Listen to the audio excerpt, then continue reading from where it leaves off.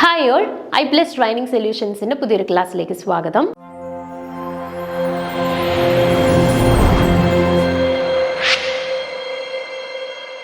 അപ്പോൾ ഇന്ന് നമ്മൾ കണ്ടിന്യൂ ചെയ്യാനായിട്ട് പോകുന്നത് നമ്മുടെ HSCക്കും അതുപോലെ തന്നെ നമ്മുടെ ഫിംഗർ പ്രിൻറ്റിനും ഒരുപോലെ ആവശ്യമായ രീതിയിലുള്ള നമ്മുടെ പ്രീവിയസ് ഇയറിൽ നമ്മൾ PSC നടത്തിയിട്ടുള്ള പല ഡിഗ്രി ബേസ്ഡ് എക്സാംസിൻ്റെയും ക്വസ്റ്റ്യൻസ് വെച്ചിട്ടുള്ള നമ്മുടെ ആ ഒരു ക്വസ്റ്റ്യൻ ഡിസ്കഷൻ സെഷനാണ്. അപ്പം 2 സീരീസ് നമ്മൾ ഓൾറെഡി എടുത്തിട്ടുണ്ടായിരുന്നു. അപ്പോൾ അതിൻ്റെ 3ാമത്തെ സീരീസാണ് ഇന്ന് നമ്മൾ സ്റ്റാർട്ട് ചെയ്യുന്നത്. അപ്പോൾ ഇന്നത്തെ ഒരു 5 ചോദ്യങ്ങൾ നമുക്കൊന്ന് നോക്കാം. ഓക്കെ, ചോദിച്ചിട്ടുള്ള എല്ലാ ചോദ്യങ്ങളും ഡിഗ്രി ലെവലായിട്ട് നമ്മൾ PSC നടത്തിയിട്ടുള്ള പല എക്സാംസിൽ നിന്നും കെമിസ്ട്രി ബേസ്ഡ് ആയിട്ട് ചോദിച്ചിട്ടുള്ള ചോദ്യങ്ങൾ തന്നെയാണ് കേട്ടോ. അപ്പോൾ കൃത്യമായിട്ട് ഓരോ ചോദ്യങ്ങളും എഴുതിയെടുത്ത് ആൻസർ നോട്ട് ചെയ്ത് വെക്കുക. കാരണം റിപ്പീറ്റഡ്ലി ചോദിച്ചിട്ടുള്ള പല ചോദ്യങ്ങളും പല എക്സാംസിനും വരാറുണ്ട് കേട്ടോ. റിപ്പീറ്റഡ് ക്വസ്റ്റ്യൻസ് വരാറുണ്ട്. അതുകൊണ്ട് അതാത് ചോദ്യങ്ങൾ അതുപോലെ നോട്ട് ചെയ്ത് വെച്ചേക്കുക. അതുപോലെ തന്നെ ആ ഒരു ചോദ്യവുമായിട്ട് അസോസിയേറ്റ് ചെയ്ത് പറയുന്ന എക്സ്ട്രാ പോയിന്റുകളും കൂടെ നിങ്ങൾ നോട്ട് ചെയ്ത് വെച്ചേക്കുക. കാരണം ഇതുമായിട്ട് അസോസിയേറ്റ് ചെയ്തിട്ട് നമുക്ക് ഇത് റിലേറ്റഡ് ആയിട്ടുള്ള ചോദ്യങ്ങൾ വരാനായിട്ടുള്ള സാധ്യതകളുണ്ട്. അതുപോലെ പ്രോബ്ലം സെക്ഷൻസ് ഒക്കെ ഡിസ്കസ് ചെയ്യുന്ന സമയത്ത് ആ പ്രോബ്ലം അതുപോലെ ആ രീതിയിലുള്ള ഒരു ചോദ്യം വന്നു കഴിഞ്ഞാൽ ഏത് രീതിയിലാണ് നമ്മൾ അപ്രോച്ച് ചെയ്യേണ്ടത്, എങ്ങനെയാണ് നമുക്ക് ചെയ്യാനായിട്ട് പറ്റും, അങ്ങനെയുള്ള കാര്യങ്ങളെല്ലാം കൃത്യമായിട്ട് നോട്ട് ചെയ്ത് പോവുക. ഓക്കെ, അപ്പോൾ ഇന്നത്തെ ഫസ്റ്റ് ചോദ്യം നോക്കുക. Which is a molecular crystal? അപ്പോൾ ഇവിടെ 4 ഓപ്ഷൻസ് എടുത്തിട്ടുണ്ട്. Graphite, ice, aluminium, sodium chloride. Okay, ചോദ്യം ഇതാണ്, which is the molecular crystal? തന്നിരിക്കുന്നതിൽ മോളിക്കുലാർ ക്രിസ്റ്റലിനെ തിരഞ്ഞെടുക്കുക. ഓക്കെ, അപ്പോൾ ഗ്രാഫൈറ്റ് ആണോ, ഐസ് ആണോ, അലൂമിനിയം ആണോ, സോഡിയം ക്ലോറൈഡ് ആണോ എന്നാണ് നമുക്ക് കണ്ടുപിടിക്കേണ്ടത്. ഓക്കെ, അപ്പം നമുക്ക് ഇതിൻ്റെ ആൻസറിലോട്ട് പോകുന്നതിന് മുൻപ് ആദ്യമായിട്ട് നമുക്ക് എന്തൊക്കെയാണ് ഈ ഒരു മോളിക്കുലാർ ക്രിസ്റ്റൽസിൻ്റെ അല്ലെന്നുണ്ടെങ്കിൽ ക്രിസ്റ്റൽസിൻ്റെ ക്ലാസിഫിക്കേഷൻ, ക്രിസ്റ്റൽസിനെ ഏതൊക്കെ തരത്തിൽ ക്ലാസിഫൈ ചെയ്തിട്ടുണ്ട്, അതിൽ നിന്ന് നമുക്ക് എങ്ങനെ മോളിക്കുലാർ ക്രിസ്റ്റൽസിനെ ഐഡൻറ്റിഫൈ ചെയ്യാൻ സാധിക്കും. അല്ല ഇനിയിപ്പോൾ നാളെ ഒരു പരീക്ഷയ്ക്ക് മോളിക്കുലാർ ക്രിസ്റ്റൽ അല്ല ചോദിക്കുന്നത്, മറ്റേതെങ്കിലും ക്ലാസിഫിക്കേഷൻ ആണ് എന്നുണ്ടെങ്കിൽ അവരെ നമുക്ക് എങ്ങനെ വേർതിരിച്ചറിയാൻ പറ്റും, ഓരോന്നിൻ്റെയും എക്സാമ്പിൾസ് എന്തൊക്കെയാണ്, ആ ഒരു കാര്യങ്ങളാണ് നമ്മൾ ഇതുമായിട്ട് റിലേറ്റ് ചെയ്തിട്ട് ഡിസ്കസ് ചെയ്യാനായിട്ട് പോകുന്നത്. അപ്പോൾ നോക്കിക്കേ, there are 4 types of crystals. അപ്പോൾ ക്രിസ്റ്റൽ സിസ്റ്റം എന്ന് പറയുന്നത് 4 തരത്തിലുള്ള ക്രിസ്റ്റൽസ് ഉണ്ട്. Ionic crystals, metallic crystals, covalent crystals and molecular crystals. അപ്പോൾ ചോദ്യത്തിൽ നിങ്ങൾക്ക് ഇതേപോലെ തന്നെയായിരിക്കും കേട്ടോ. അപ്പോൾ അയോണിക് ക്രിസ്റ്റൽസ് മലയാളീകരിച്ചൊന്നും ആയിരിക്കത്തില്ല, അയോണിക് ക്രിസ്റ്റൽസ് എന്ന് തന്നെ തരും. മെറ്റാലിക് ക്രിസ്റ്റൽസ്, അതുപോലെ തന്നെ നമ്മുടെ കോവാലന്റ് ക്രിസ്റ്റൽസ്, മോളിക്കുലാർ ക്രിസ്റ്റൽസ്, അങ്ങനെ തന്നെ ആയിരിക്കും ചോദ്യത്തിനകത്ത് തരിക. ഓക്കെ, അപ്പോൾ നമുക്കിനി ഓരോന്നായിട്ട് ഓരോരുത്തരുടെയും പ്രത്യേകതകൾ എന്തൊക്കെയാണ്, ഓരോരുത്തരുടെയും എക്സാമ്പിൾസ് എന്തൊക്കെയാണ് എന്നുള്ളത് നോക്കാം. First, ionic crystal structure consist of alternating positively charged cations and negatively charged anions. അപ്പോൾ അയോണിക് ക്രിസ്റ്റൽസ് കേൾക്കുമ്പോൾ തന്നെ അറിയാം, അയോൺസ് കമ്പൈൻ ചെയ്തിട്ടായിരിക്കും ഫോം ചെയ്തിട്ടുള്ളത്. ഇപ്പം നമ്മൾ NaCl കൺസിഡർ ചെയ്യുന്നു. Okay, sodium chloride.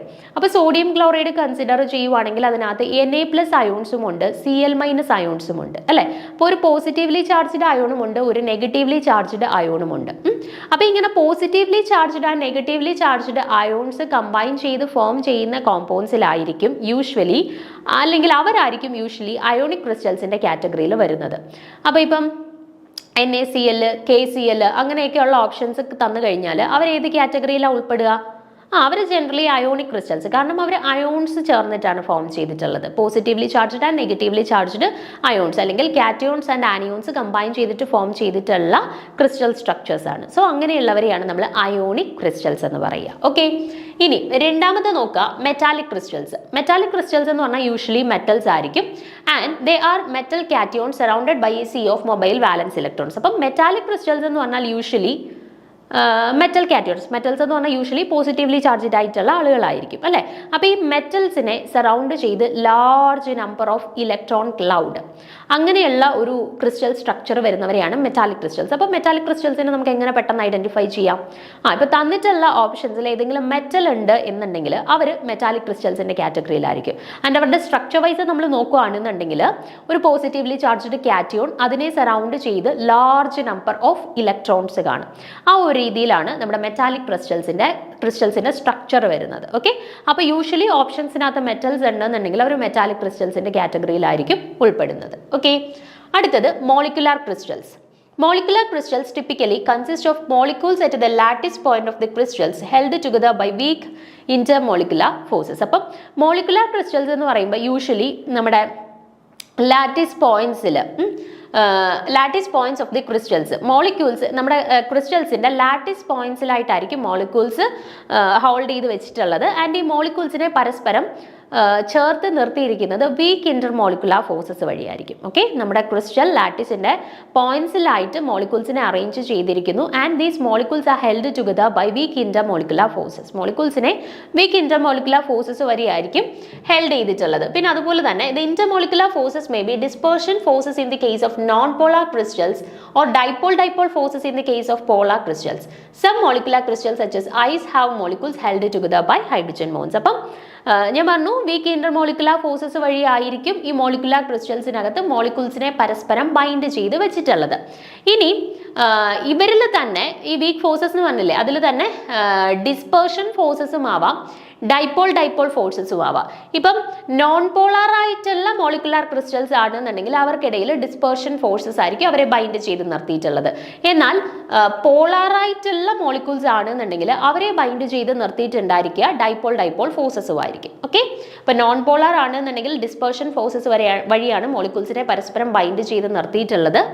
And polar molecules ആണെന്നുണ്ടെങ്കിൽ ഡൈപോൾ ഇൻട്രാക്ഷൻസ് വഴിയായിരിക്കും അവർ ബൈൻഡ് ചെയ്ത് നിർത്തിയിട്ടുള്ളത്. ഇനി ചില മോളിക്യൂൾസിനെ നമ്മൾ കൺസിഡർ ചെയ്യുമ്പോൾ ഇപ്പോൾ ഐസ് പോലെയുള്ള മോളിക്യൂൾസിനെയൊക്കെ കൺസിഡർ ചെയ്യുവാണെങ്കിൽ അവർ മോളിക്കുലാർ ക്രിസ്റ്റൽസിന്റെ കാറ്റഗറിയിലാണ് വരുന്നത്. പക്ഷേ അവരെ ഹോൾഡ് ചെയ്ത് നിർത്തിയിട്ടുള്ളത് ഹൈഡ്രജൻ ബോൺസ് വഴിയാണ് കേട്ടോ. അപ്പോൾ ഹൈഡ്രജൻ ബോൺസ് വഴി ഹോൾഡ് ചെയ്ത് നിർത്തിയിട്ടുള്ള ചില മോളിക്യൂൾസും മോളിക്കുലാർ ക്രിസ്റ്റൽസിന്റെ കാറ്റഗറിയിൽ വരാറുണ്ട്. ഓക്കെ, അടുത്തത് covalent crystal. Covalent network crystal consists of atoms at the lattice point of the crystal with each atom being covalently bonded to their nearest neighbor atoms. അപ്പം molecular ക്രിസ്റ്റൽസിനകത്ത് നമ്മൾ പറഞ്ഞു lattice പോയിന്റ്സിലായിട്ട് മോളിക്യൂൾസിലെ arrange ചെയ്ത് വെച്ചിട്ട് അവരെ തമ്മിൽ പരസ്പരം കണക്ട് ചെയ്യുന്നത് ഏത് വഴിയാണ്? അവരെ തമ്മിൽ പരസ്പരം കണക്ട് ചെയ്യുന്നത് വീക്ക് ഇന്റർമോളിക്കുലാർ ഫോഴ്സസ് അല്ലെങ്കിൽ ഹൈഡ്രജൻ ബോൺസ് വഴിയാണ് അവരെ തമ്മിൽ പരസ്പരം കണക്ട് ചെയ്യുന്നതെന്ന് പറഞ്ഞു. എന്നാൽ ഇനി അടുത്ത നമ്മുടെ ഈ ഒരു കോവാലന്റ് ക്രിസ്റ്റൽസിലോട്ട് വരുമ്പോൾ പേര് സൂചിപ്പിക്കുന്നത് പോലെ തന്നെ മോളിക്യൂൾസിനെ arranged at the lattice points of a crystal structure and they are held together by എന്ത് വഴിയാണ് ഹോൾഡ് ചെയ്ത് വെച്ചിട്ടുള്ളത്? അവരെ പരസ്പരം ഹോൾഡ് ചെയ്ത് നിർത്തിയിട്ടുള്ളത് എന്താണ് നമ്മുടെ കോവാലന്റ് ക്രിസ്റ്റൽസ് അല്ലേ. അപ്പോൾ കോവാലന്റ് ബോൺസ് വഴിയാണ് അവരെ പരസ്പരം ഹോൾഡ് ചെയ്ത് നിർത്തിയിട്ടുള്ളത് കേട്ടോ. ഇനി തന്നിട്ടുള്ള അപ്പം അതിൻ്റെ എക്സാമ്പിൾസ് കൂടെ നോക്കിയാൽ quartz, silicon carbide, diamond, graphite ആണേ, ഗ്രാഫൈറ്റ് ഇതെല്ലാം കോവാലന്റ് ക്രിസ്റ്റൽസിന്റെ കാറ്റഗറിയിൽ വരുന്നതാണ് കേട്ടോ. എക്സാമ്പിൾസ് നോക്കിച്ചേരാം. ക്വാർട്സ്, സിലിക്കൺ കാർബൈഡ്, നമ്മുടെ ഡയമണ്ട്, ഗ്രാഫൈറ്റ് അതെല്ലാം കോവാലന്റ് ക്രിസ്റ്റൽസിന്റെ കാറ്റഗറിയിൽ വരുന്നതാണ്. ഇനി നമുക്ക് തന്നിട്ടുള്ള 4 ഓപ്ഷൻസ് നിങ്ങളൊന്ന് ചെക്ക് ചെയ്ത് നോക്കിക്കേ. Graphite, ice, aluminium, sodium chloride, ഇത്രയും ആളുകളെയാണ് നമുക്ക് തന്നിട്ടുള്ളത് അല്ലേ. അപ്പൊ ഇനി നോക്കിക്കേ, ഇപ്പൊ നമ്മൾ പറഞ്ഞു നിർത്തിയതേ ഉള്ളൂ. ഗ്രാഫൈറ്റ് ആയിക്കോട്ടെ, ഡയമണ്ട് ആയിക്കോട്ടെ, അവിടെ എല്ലാം കോവാലന്റ് ബോണ്ട് വഴിയാണ് ഇവരെ പരസ്പരം കണക്ട് ചെയ്ത് നിർത്തിയിട്ടുള്ളത്. സോ ഇവർ ഏത് കാറ്റഗറിയിലാണ് വരുന്നത്? കോവാലന്റ് നെറ്റ്വർക്ക് ക്രിസ്റ്റൽസിന്റെ കാറ്റഗറിയിലാണ് വരുന്നത്. അടുത്ത ഐസിന്റെ കേസിൽ നമ്മൾ പറഞ്ഞു ഐസിനെ പരസ്പരം ഹൈഡ്രജൻ ബോണ്ട് വഴിയാണ് കണക്ട് ചെയ്തിട്ടുള്ളത് അല്ലേ. അപ്പൊ ഐസ് യൂഷ്വലി മോളിക്കുലാർ ക്രിസ്റ്റൽസിന്റെ കാറ്റഗറിയിലാണ് വരുന്നത്. മോളിക്കുലാർ ക്രിസ്റ്റൽസിനെ യൂഷ്വലി വീക്ക് ഇന്റർമോളിക്കുലാർ ഫോഴ്സസ് വഴി ബൈൻഡ് ചെയ്യും. അത് ഒന്നുകിൽ ഡൈപോൾ ഇൻട്രാക്ഷൻ അല്ലെങ്കിൽ ഡിസ്പേർഷൻ ഫോഴ്സസ് വഴിയാണ്. പക്ഷേ ഐസിന്റെ കേസ് വരുമ്പോൾ അവിടെ ഹൈഡ്രജൻ ബോണ്ട്സ് വഴിയാണ് അവരെ പരസ്പരം ബൈൻഡ് ചെയ്ത് നിർത്തിയിട്ടുള്ളത്. അപ്പം ഇവിടെ ഇവരെന്തിന്റെ എക്സാമ്പിൾ ആണ്? മോളിക്കുലാർ ക്രിസ്റ്റലിന്റെ എക്സാമ്പിൾ ആണ് ഐസ്. അടുത്ത അലൂമിനിയം എന്ന് പറയുമ്പോൾ നമുക്കറിയാം മെറ്റൽ ആണ്. സോ അവിടെ എന്തായിരിക്കും? അത് മെറ്റാലിക് ക്രിസ്റ്റൽ ആയിരിക്കും. അടുത്തത് സോഡിയം ക്ലോറൈഡ് ആകുമ്പോൾ Na+ ഉണ്ട്, Cl- ഉണ്ട്. ഡിഫറെന്റ് അയോൺസിനെയാണ് കമ്പൈൻ ചെയ്തിട്ടുള്ളത്. അപ്പൊ അതേതാണ്? അയോണിക് ക്രിസ്റ്റൽ ആണ് അല്ലേ. അപ്പൊ നമ്മളോട് ചോദിച്ചിട്ടുള്ളത് എന്താണ്? മോളിക്കുലാർ ക്രിസ്റ്റലിന്റെ ഉദാഹരണം ഏതാണെന്നാണ്. അപ്പൊ ഏതാണ് തന്നിട്ടുള്ളതിൽ മോളിക്കുലാർ ക്രിസ്റ്റൽ? ഐസ് ആണ് കേട്ടോ. ഓപ്ഷൻ ബി ഐസ് ആണ് കറക്റ്റ് ആൻസർ ആയിട്ട് വരുന്നത്. അപ്പം ഇവിടെ നിങ്ങൾ ഈ ഒരു ചോദ്യം പഠിക്കുന്ന സമയത്ത് മോളിക്കുലാർ ക്രിസ്റ്റലിന്റെ ഉദാഹരണം ഐസ് എന്ന് മാത്രം പഠിച്ചു വെക്കാതെ ബാക്കി മെറ്റാലിക് ക്രിസ്റ്റൽസിന്റെ എക്സാമ്പിൾസ് എന്തൊക്കെയാണ്, അയോണിക് ക്രിസ്റ്റൽസിന്റെ എക്സാമ്പിൾസ് എന്തൊക്കെയാണ്, അതുപോലെ കോവാലന്റ് ക്രിസ്റ്റൽസിന്റെ എക്സാമ്പിൾസ് എന്തൊക്കെയാണ്, ഈ എല്ലാത്തിന്റെയും എക്സാമ്പിൾസ് എന്തൊക്കെയാണ്, എങ്ങനെ ഐഡന്റിഫൈ ചെയ്യാം എന്നുള്ളത് കൃത്യമായിട്ട് നോക്കി വെച്ചേക്കുക കേട്ടോ. ഈ കഴിഞ്ഞ ഏതെങ്കിലും ഒരു പരീക്ഷയ്ക്ക് മോളിക്കുലാർ ക്രിസ്റ്റൽ ചോദിച്ചിട്ടുണ്ടെങ്കിൽ അടുത്ത ഒരു പരീക്ഷയ്ക്ക് നമുക്ക് ചിലപ്പോൾ മെറ്റാലിക് ക്രിസ്റ്റലിന്റെ ഉദാഹരണം ആയിരിക്കും, അല്ലെങ്കിൽ കോവാലന്റ് ക്രിസ്റ്റൽസിന്റെ ഉദാഹരണം ആയിരിക്കും ചോദിക്കുന്നത് കേട്ടോ. അതുകൊണ്ട് എല്ലാത്തിന്റെയും എക്സാമ്പിൾസ് നോക്കി വെച്ചേക്കുക. അടുത്ത ഒരു ചോദ്യം നോക്കുക. നമ്മുടെ ഫേസ് ഇക്വിലിബ്രിയവുമായിട്ട് റിലേറ്റ് ചെയ്തിട്ടുള്ള ഒരു ചോദ്യമാണ് ചോദിച്ചിട്ടുള്ളത്. നോക്കിക്കേ, CaCO3 gives CaO plus CO2 is an example of dash component system. അപ്പോൾ ഇവിടെ ഒരു എക്സാമ്പിൾ കൊടുത്തിട്ടുണ്ട്. CaCO3 ഡിസോസിയേറ്റ് ചെയ്തിട്ട് CaO plus CO2 ആയിട്ട് മാറുന്നു. ഓക്കെ, അപ്പോൾ ഇത് ഏത് കമ്പോണന്റ് സിസ്റ്റത്തിന്റെ എക്സാമ്പിൾ ആണ് എന്നാണ് ചോദിച്ചിരിക്കുന്നത്. ഏത് കമ്പോണന്റ് സിസ്റ്റമാണ്? 1 കമ്പോണന്റ് ആണോ, 2 കമ്പോണന്റ് ആണോ, 3 കമ്പോണന്റ് ആണോ, 4 കമ്പോണന്റ് ആണോ എന്നാണ് ചോദ്യം. ഓക്കെ, അപ്പോൾ ഇവിടെ നമുക്ക് ഇതുപോലെ ഒരു ഇക്വേഷൻ തന്നു കഴിഞ്ഞാൽ തന്നിരിക്കുന്ന രാസപ്രവർത്തനം ഏത് കമ്പോണന്റ് സിസ്റ്റത്തിന്റെ ഉദാഹരണമാണ് എന്നാണ് ചോദ്യം. അപ്പോൾ ഇതുപോലെ ഒരു ചോദ്യം കണ്ടു കഴിഞ്ഞാൽ നമുക്ക് ആ ചോദ്യത്തിനകത്ത് ഇതുപോലെ ഇക്വേഷനും കൂടെ തന്നു കഴിഞ്ഞാൽ നമുക്ക് വളരെ ഈസി ആയിട്ട് ഒരു ഇക്വേഷൻ യൂസ് ചെയ്ത്, അതായത് ഇവിടുത്തെ കെമിക്കൽ റിയാക്ഷന്റെ ഇക്വേഷൻ തന്നു കഴിഞ്ഞാൽ നമുക്കൊരു സിമ്പിൾ ഇക്വേഷൻ യൂസ് ചെയ്തിട്ട് ഇത് ഏത് കമ്പോണന്റ് സിസ്റ്റം ആണ് എന്ന് ഏതൊരു ചോദ്യം തന്നു കഴിഞ്ഞാൽ നമുക്ക് കാണാനായിട്ട് പറ്റും, കണ്ടുപിടിക്കാനായിട്ട് പറ്റും. അതായത് ഏത് കമ്പോണന്റ് സിസ്റ്റം ആണ് എന്നറിയാനായിട്ട് നമ്മൾ ചെയ്യുന്ന ഒരു ഇക്വേഷനാണ്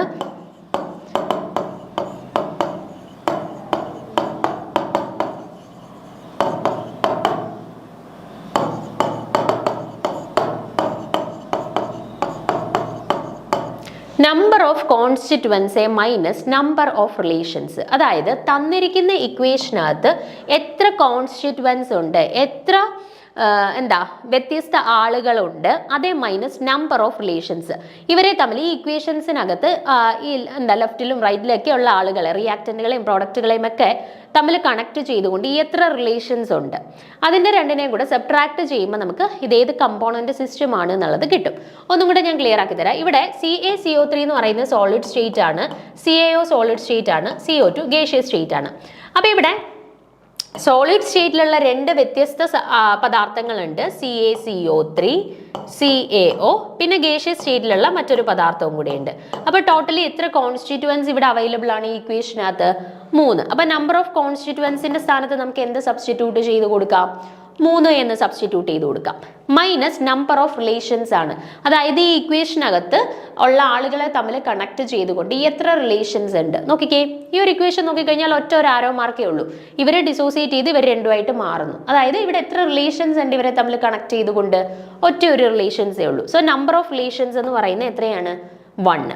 സോ 3 - 1 എന്ത് കിട്ടി? 2.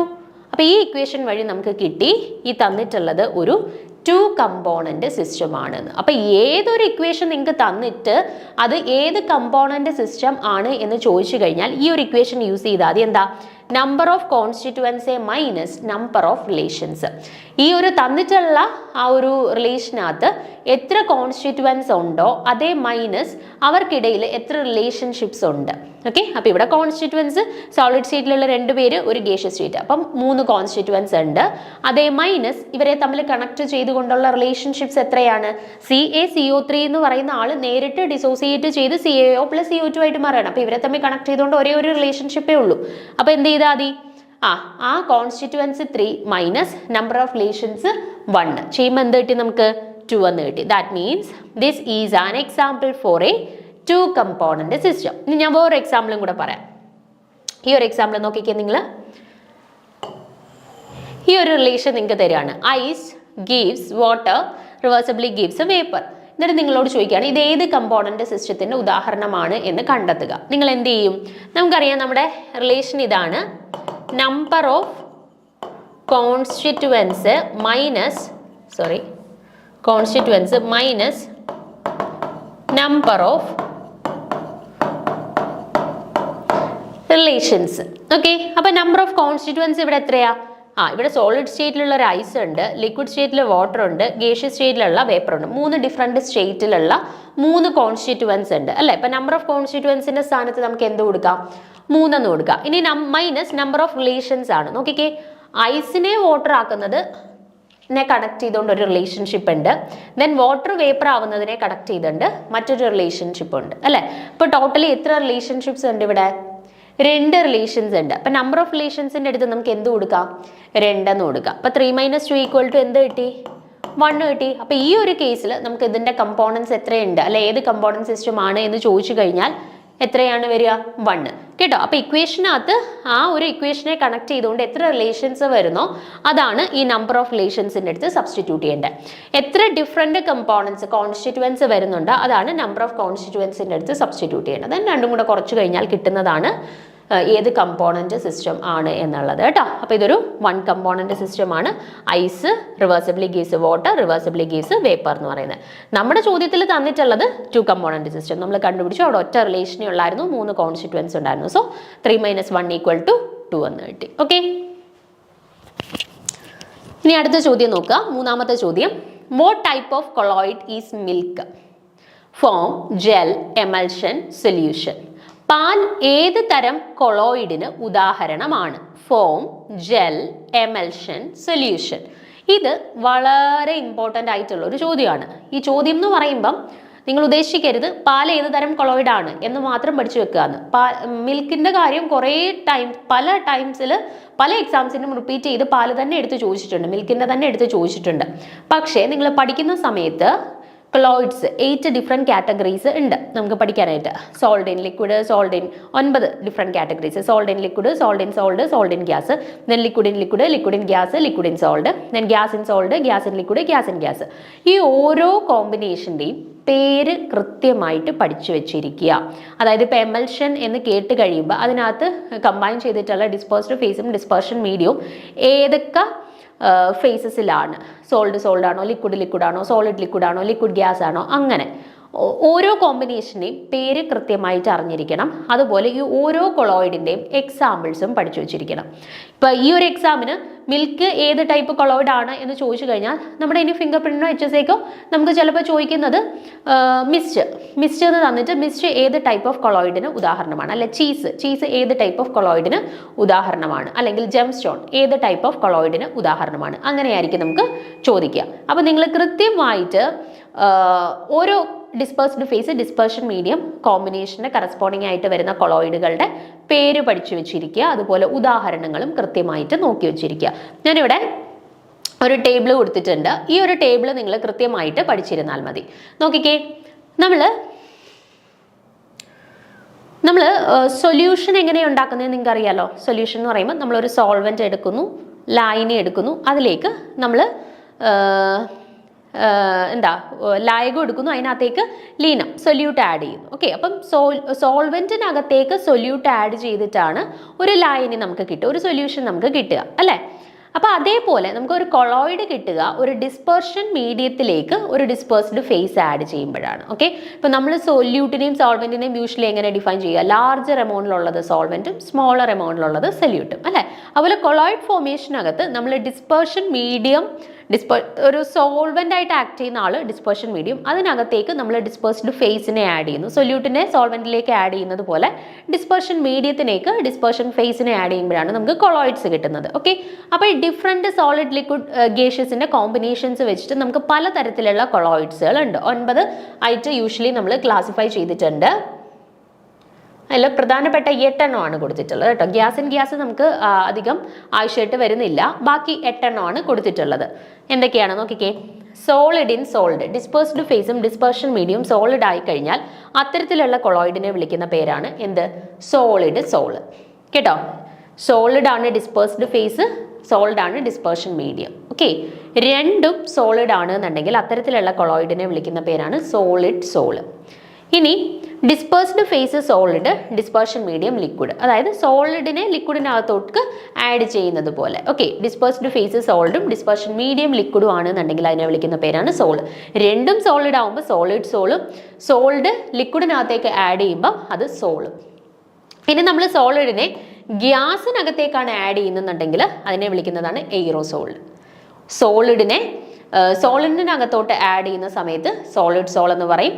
ദെൻ സോളിഡിനെ ലിക്വിഡിലേക്ക് ആഡ് ചെയ്യുമ്പോൾ അത് സോള്, സോളിഡിനെ ഗ്യാസിലേക്ക് ആഡ് ചെയ്യുമ്പോൾ അത് എയ്റോസോൾ.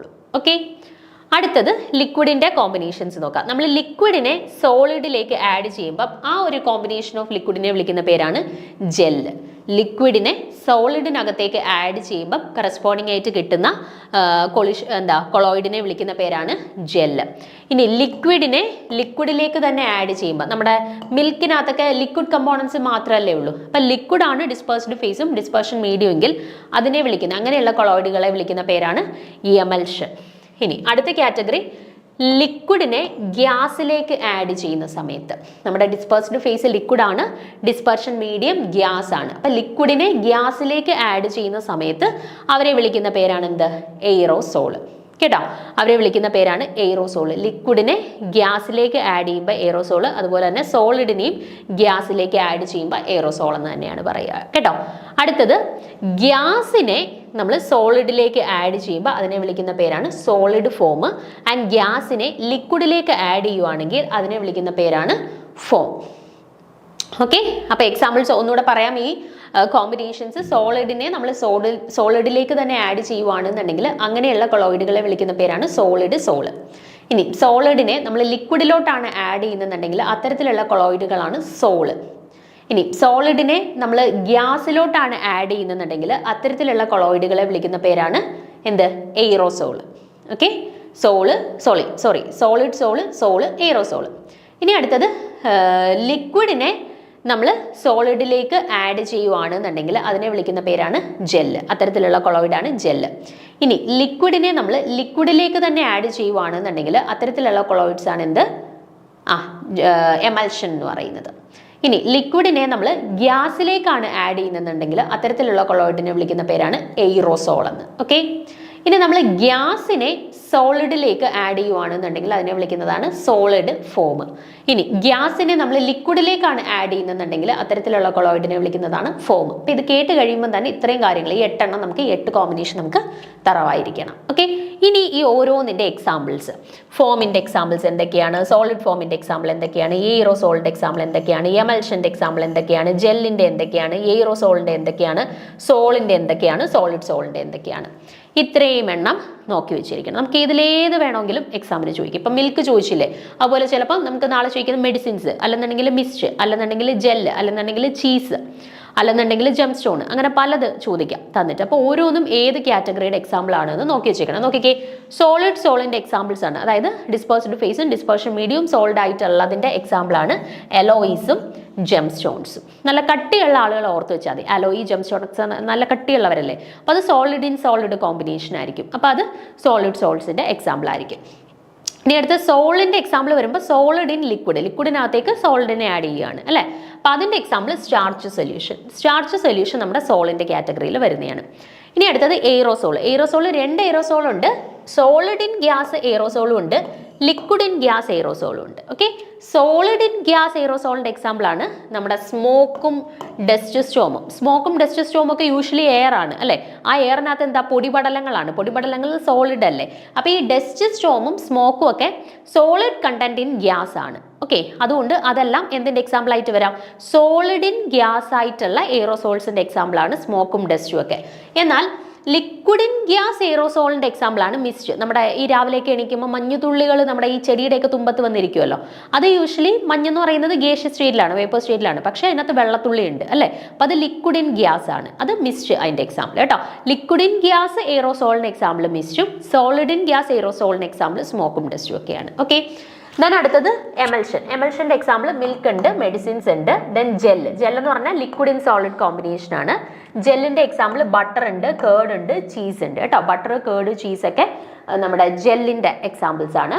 ദെൻ ഫോമിൻ്റെ എക്സാമ്പിൾ ആണ് സോപ്പ് ഫോം, സോഡ വാട്ടർ, അതൊക്കെ ഫോമിൻ്റെ എക്സാമ്പിൾ ആണ്. ഇപ്പോൾ സോഡ വാട്ടർ ഒക്കെ കൺസിഡർ ചെയ്താൽ കാർബൺ ഡയോക്സൈഡ് ഇൻ വാട്ടർ അല്ലേ, വാട്ടറിനകത്ത് കാർബൺ ഡയോക്സൈഡ് മിക്സ് ചെയ്യുന്നില്ലേ, അപ്പം ഗ്യാസ് ഇൻ ലിക്വിഡ് ആണ്. സോ സോഡ വാട്ടർ ഒക്കെ ഈ ഫോമിൻ്റെ കാറ്റഗറിയിൽ വരുന്നതാണ് കേട്ടോ. പിന്നെ സോളിഡ് ഫോമിൻ്റെ എക്സാമ്പിൾ വരുന്നതാണ് നമ്മുടെ റബ്ബർ, പ്യൂമിക് സ്റ്റോൺ ഒക്കെ സോളിഡ് ഫോമിൻ്റെ എക്സാമ്പിൾ വരുന്നതാണ്, അതായത് ഗ്യാസ് ഇൻ സോളിഡിൻ്റെ എക്സാമ്പിൾ ആയിട്ട് വരുന്നതാണ്. ഓക്കെ, അപ്പോൾ ഈ ഇത്രയും പേരുടെ ഈ കോമ്പിനേഷൻസിൻ്റെ ഈ 8 പേരുകൾ ഓർത്ത് വെച്ചേക്കുക. ഈ 8 കാറ്റഗറി ഓഫ് കൊളോയിഡ്സിൻ്റെ എക്സാമ്പിൾസ് നോക്കി വെച്ചേക്ക്. ഏത് വേണമെങ്കിലും നമുക്ക് എക്സാംസിന് ചോദിക്കാം. അപ്പം ഈ ഇത്രയും തന്നെ ചോദിക്കാവുന്നില്ല എക്സാമ്പിൾസ്, ഇതിന് പുറത്തു നിന്നുള്ള എക്സാമ്പിൾസും ചോദിക്കാം. അപ്പം നിങ്ങൾ ഇത്രയും അറ്റ്ലീസ്റ്റ് പഠിച്ചു വെച്ചേക്കുക.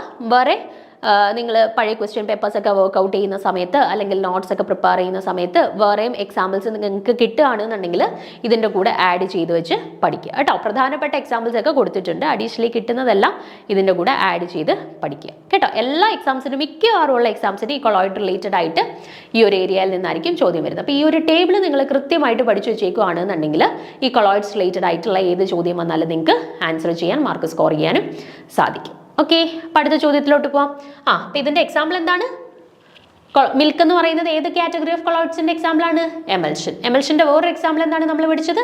മെഡിസിൻസ്. മെഡിസിൻസിനകത്തും ലിക്വിഡ് ഇൻ ലിക്വിഡ് കോമ്പിനേഷനാണ് വരുന്നത്. സോ എമൽഷൻ്റെ എക്സാമ്പിളായിട്ട് പറയാം. ഓക്കെ, അപ്പോൾ ഇത് കൃത്യമായിട്ട് നോക്കി വെച്ചേക്കുക. ഇനി അടുത്തത് നമ്മുടെ ഒരു ഓർഗാനിക് പാർട്ടിൽ നിന്നുള്ള ഒരു ക്വസ്റ്റ്യൻ ആണ് കേട്ടോ. നമ്മുടെ ഇലക്ട്രോഫൈൽസ് റിലേറ്റഡ് ആയിട്ടുള്ള ഒരു ചോദ്യമാണ്. ഇലക്ട്രോഫൈൽസ് എന്ന് പറയുന്നത് നെഗറ്റീവ്ലി ചാർജ്ഡ് പാർട്ടിക്കിൾസ് ആണോ, ലൂയിസ് ബേസസ് ആണോ, ലൂയിസ് ആസിഡ്സ് ആണോ, അല്ലെങ്കിൽ ലൂയിസ് ആസിഡ്സും ലൂയിസ് ബേസസും ആകാം. ഇങ്ങനെയാണ് നമ്മുടെ ഓപ്ഷൻസ് കൊടുത്തിട്ടുള്ളത്. ഓക്കെ, ഇലക്ട്രോഫൈൽസ് എന്നാൽ നെഗറ്റീവ് ചാർജ് ഉള്ള പദാർത്ഥങ്ങൾ, ലൂയിസ് ബേസുകൾ, ലൂയിസ് ആസിഡുകളോ ബേസുകളോ ആകാം. ഇതാണ് നമ്മുടെ ഓപ്ഷൻസ്. അപ്പോൾ ഇതുമായിട്ട് റിലേറ്റ് ചെയ്തിട്ട് നമുക്ക് എന്താണ് ഇലക്ട്രോഫൈൽസ്, എന്താണ് ന്യൂക്ലിയോഫൈൽസ്, അത് രണ്ടും കൃത്യമായിട്ട് അറിഞ്ഞെങ്കിൽ മാത്രമേ നമുക്ക് ഇതിൻ്റെ ആൻസർ ചെയ്യാൻ പറ്റുള്ളൂ. ഓക്കെ, അപ്പം നമുക്ക് നോക്കാം എന്തൊക്കെയാണ് ഇലക്ട്രോഫൈൽസിൻ്റെ പ്രധാനപ്പെട്ട സവിശേഷതകൾ, എന്താണ് ന്യൂക്ലിയോഫൈൽസിൻ്റെ പ്രധാനപ്പെട്ട സവിശേഷതകൾ. നോക്കിക്കേ, electrophiles are reagents which are deficient in electrons and can accept a pair of electrons from the substrate in a reaction. And ആദ്യം നിങ്ങൾ മനസ്സിലാക്കിയിരിക്കേണ്ട കാര്യം എന്ന് പറഞ്ഞാൽ ഇലക്ട്രോഫൈൽസ് എന്ന് പറഞ്ഞാൽ അതിൻ്റെ അർത്ഥം ഇലക്ട്രോൺ ലവിങ് സ്പീഷീസ് എന്നാണ്. Electrophiles means electro loving species. അപ്പോൾ ഇലക്ട്രോണിനെ ഇഷ്ടപ്പെടുന്ന ആളുകളാണ് എന്നുണ്ടെങ്കിൽ ഇവരുടെ ചാർജ് എന്തായിരിക്കും? യൂഷ്വലി പോസിറ്റീവ് ചാർജുകൾക്കാണല്ലോ നെഗറ്റീവ് ചാർജിനെ ഇഷ്ടപ്പെടുക. അപ്പോൾ electrophiles means electron loving species ആണ്. അപ്പോൾ ഇവരുടെ ചാർജ് പോസിറ്റീവ് ചാർജ്. അപ്പോൾ അതുകൊണ്ട് തന്നെ ഇലക്ട്രോണിനെ ഇഷ്ടപ്പെടുന്നവരായതുകൊണ്ട് തന്നെ ഇവരുടെ കയ്യിൽ ഇലക്ട്രോൺ എങ്ങനെയായിരിക്കും? ഡെഫിഷ്യൻ്റ് ആയിരിക്കും. ഓക്കെ, അപ്പം നമുക്ക് പറയാം എന്താണ്? Electrophiles are electron loving species. That means they are electron deficient species. Electron deficient species ആണെങ്കിൽ ഇവർ എന്തിനു ശ്രമിക്കും? മറ്റുള്ളവരുടെ കയ്യിൽ നിന്ന് ഇലക്ട്രോൺസിനെ ആക്സെപ്റ്റ് ചെയ്യാൻ ശ്രമിക്കും. അതാണ് പറഞ്ഞത്, ദേ are electron deficient species and they can accept A pair of electrons from other substances. മറ്റുള്ളവരുടെ കയ്യിൽ നിന്ന് ഇലക്ട്രോൺസിനെ ആക്സെപ്റ്റ് ചെയ്യാൻ ശ്രമിക്കുന്നവരാണ് ഇലക്ട്രോഫൈൽസ്. അപ്പം electrophiles generally electron pair acceptors. Electron pair acceptors എന്ന് പറഞ്ഞാൽ ആരാണ്? നമ്മുടെ ലൂയിസ് കൺസെപ്റ്റ് അനുസരിച്ച് ലൂയിസ് ആസിഡുകളാണ് ഇലക്ട്രോൺ പെയർസിനെ ആക്സെപ്റ്റ് ചെയ്യുന്നവർ. ഓക്കെ, അപ്പം ഇലക്ട്രോഫൈൽസ് ഇലക്ട്രോൺ ലവിങ് സ്പീഷീസ് ആയതുകൊണ്ട് തന്നെ മറ്റുള്ളവരുടെ കയ്യിൽ നിന്ന് ഇലക്ട്രോൺസിനെ സ്വീകരിക്കും. അതുകൊണ്ട് തന്നെ നമ്മുടെ ലൂയിസ് കൺസെപ്റ്റ് അനുസരിച്ച് ആസിഡുകളാണ് പൊതുവെ ഇലക്ട്രോൺസിനെ ഇതുപോലെ സ്വീകരിക്കുന്നത്. സോ നമ്മൾ ഇലക്ട്രോഫൈൽസിന് മറ്റേത് പേരിലും അറിയപ്പെടും? ലൂയിസ് ആസിഡ്സ് എന്ന പേരിലും അറിയപ്പെടും. ഓക്കെ, ഇനി due to this electron deficiency they attack regions of high electron density in the substrate molecule. അപ്പോൾ ഇവർ ഇലക്ട്രോൺ ലവിങ് സ്പീഷീസ് ആണ്, ഇലക്ട്രോൺ ഡെഫിഷ്യൻ്റ് ആയിട്ടുള്ള സ്പീഷീസ് ആണ്. ഇവർക്ക് പോസിറ്റീവ് ചാർജ് ആയിരിക്കും ഇവർ പോസസ് ചെയ്യുന്നത്. അതുകൊണ്ടാണ് നെഗറ്റീവ് ചാർജുള്ള ഇലക്ട്രോൺ ലവിങ് സ്പീഷീസുകളെ പോയി ഇവർ ആക്സെപ്റ്റ് ചെയ്യുന്നത്. അപ്പോൾ ഇവരുടെ എക്സാമ്പിൾസ് എന്ന് പറഞ്ഞാൽ യൂഷ്വലി പോസിറ്റീവ്ലി ചാർജ്ഡ് ആയിട്ടുള്ള ആളുകളായിരിക്കും. നമ്മൾ പറഞ്ഞു ഇലക്ട്രോഫൈൽസിന് ഇലക്ട്രോൺ ലവിങ് സ്പീഷീസ് ആയതുകൊണ്ട് പോസിറ്റീവ് ചാർജ് ആയിരിക്കും. അതുകൊണ്ട് H+, Cl+, Br+, NO+, NO2+, CH3+, C2H5+, ഇതെല്ലാം പോസിറ്റീവ് ചാർജ് വരുന്നവരായതുകൊണ്ട് തന്നെ ഇലക്ട്രോഫൈൽസിന്റെ കാറ്റഗറിയിൽ വരും. അതുപോലെ കുറച്ച് ന്യൂട്രൽ സ്പീഷീസും എക്സാമ്പിൾ ആയിട്ട് വരും. BF3, AlCl3, ZnCl2, FeCl3, ഇതെല്ലാം ന്യൂട്രൽ സ്പീഷീസുകളിൽ നമ്മുടെ ഇലക്ട്രോഫൈൽസിന്റെ എക്സാമ്പിൾ ആയിട്ട് വരുന്നവരാണ്. അപ്പോൾ ഇതിന്റെ നേരെ ഓപ്പോസിറ്റ് ആണ് ന്യൂക്ലിയോഫൈൽസ്. അപ്പോൾ ന്യൂക്ലിയോഫൈൽസിന്റെ വേർഡ് മീനിങ് എന്താണ്? Nucleus loving species. ന്യൂക്ലിയസിന്റെ ചാർജ് എന്താ? പോസിറ്റീവ്. അപ്പോൾ പോസിറ്റീവ് ചാർജിനെ ഇഷ്ടപ്പെടുന്നവരാണെന്നുണ്ടെങ്കിൽ ഇവരുടെ ചാർജ് എന്തായിരിക്കും? നെഗറ്റീവ്. കേട്ടോ, അപ്പോൾ ന്യൂക്ലിയോഫൈൽസിന് നെഗറ്റീവ് ചാർജ് ആണ്. ന്യൂക്ലിയോഫൈൽസ് എന്ന് പറഞ്ഞാൽ ന്യൂക്ലിയസ് ലവിങ് സ്പീഷീസ് ആണ്. ന്യൂക്ലിയസിന്റെ ചാർജ് പോസിറ്റീവ് ആണ്. So nucleophiles are positive charge loving species ആണ്. അതുകൊണ്ട് ഇവരുടെ ചാർജ് എന്താണ്? നെഗറ്റീവ് ചാർജ് ആണ്. ഓക്കെ, ഇനി നോക്കിക്കേ, the reagents which are rich in electrons and donate a pair of electrons to the substrate is called a nucleophile. Nucleophiles are Lewis bases or electron pair donors. അപ്പൊ നോക്കിക്കേ, ഇവർ nucleophiles ആണ്, nucleus loving species ആണ്, അല്ലെങ്കിൽ positive ചാർജിനെ ഇഷ്ടപ്പെടുന്നവരാണ്. Or ഇവരുടെ charge എന്താണ്? Negative charge ആണ്. അപ്പൊ ഇവരെന്ത് ചെയ്യും? മറ്റുള്ളവർക്ക് ഈ നെഗറ്റീവ് ചാർജിനെ കൊടുക്കുന്നവരാണ്, അല്ലെങ്കിൽ മറ്റുള്ളവർക്ക് ഇലക്ട്രോൺസിനെ കൊടുക്കുന്നവരാണ്. സോ നമ്മൾ ഇവരെ എന്ത് വിളിച്ചു? ഇലക്ട്രോൺ പെയർ ഡോണേഴ്സ് എന്ന് വിളിച്ചു. ഇലക്ട്രോൺ പെയർ ഡോണേഴ്സ് എന്ന് പറഞ്ഞാൽ യൂഷ്വലി ആരാണ്? ലൂയിസ് ബേസസ് ആണ്. ഓക്കെ, അപ്പൊ ഇത്രയും പോയിന്റ്സ് ഇവരുമായിട്ട് റിലേറ്റ് ചെയ്തൊന്ന് ഓർത്ത് വെച്ചേക്കുക. ദെൻ നോക്കിക്കേ, ഇലക്ട്രോഫൈൽസ് എന്താണ്? ഇലക്ട്രോഫൈൽസ് എന്ന് പറഞ്ഞാൽ ഇലക്ട്രോൺ ലവിംഗ് സ്പീഷീസ് ആണ്. അവരെന്ത് ചെയ്യുന്നു? ഇലക്ട്രോൺസിനെ മറ്റുള്ളവരുടെ കയ്യിൽ നിന്ന് ആക്സെപ്റ്റ് ചെയ്യുന്നു. സോ നമ്മൾ അവരെ ലൂയിസ് ആസിഡുകൾ എന്ന് വിളിക്കുന്നു. Okay, so option C Lewis acids എന്നുള്ളതാണ് ഇവിടെ കറക്റ്റ് ആൻസർ കേട്ടോ. ലൂയിസ് ബേസസ് എന്ന് പറയുന്ന ആരാണ്? ന്യൂക്ലിയോഫൈൽസ് ആണ് കേട്ടോ. അപ്പൊ ഈ പറഞ്ഞേക്കുന്ന പോയിന്റ്സും അതുപോലെ ഓരോന്നിന്റെ എക്സാമ്പിൾസ് നിങ്ങൾ ജസ്റ്റ് ഒന്ന് നോക്കി വെച്ചേക്കാം കേട്ടോ. ബാക്കി ചോദ്യങ്ങൾ നമുക്ക് അടുത്ത ക്ലാസ്സിൽ ഡിസ്കസ് ചെയ്യാം.